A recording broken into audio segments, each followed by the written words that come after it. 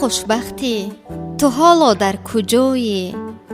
شب مهتاب و راه کهکشان را، شکوفه‌زار باغ آسمان را، تو گاه یاد می آری و گاه خواب می بینی.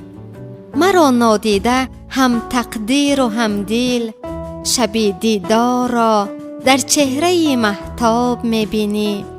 مگو افسوس جان من، مگو افسوس بیهوده، تو وقت زاده امید من بودی.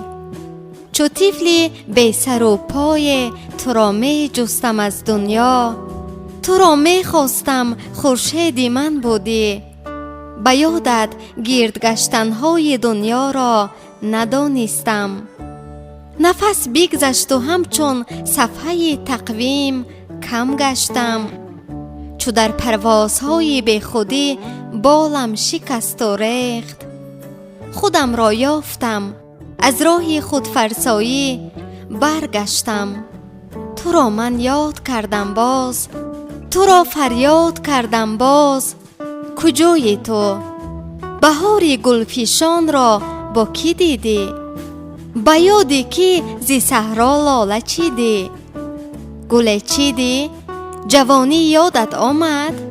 ز من از سرگران یادت آمد؟ به هم پیچیدن و با هم شکفتن، قیام زندگانی یادت آمد؟ برویت چند آژنگ است؟ سری رخساره سرخت چی رنگ است؟ اگر چشم خدا می داشتم من، اگر آینه دنیا نما می داشتم من، تو را می یافتم از هر کجای. تو را باری دیگر من در دل خود زنده می کردم، به عشقم بنده می کردم، به دلبازی تو را شرمنده می کردم، تو را دیوانه می کردم، تو را افسانه می کردم، تو را خوشبخت می کردم. تو خوشبختی؟ تو حالا در کجایی؟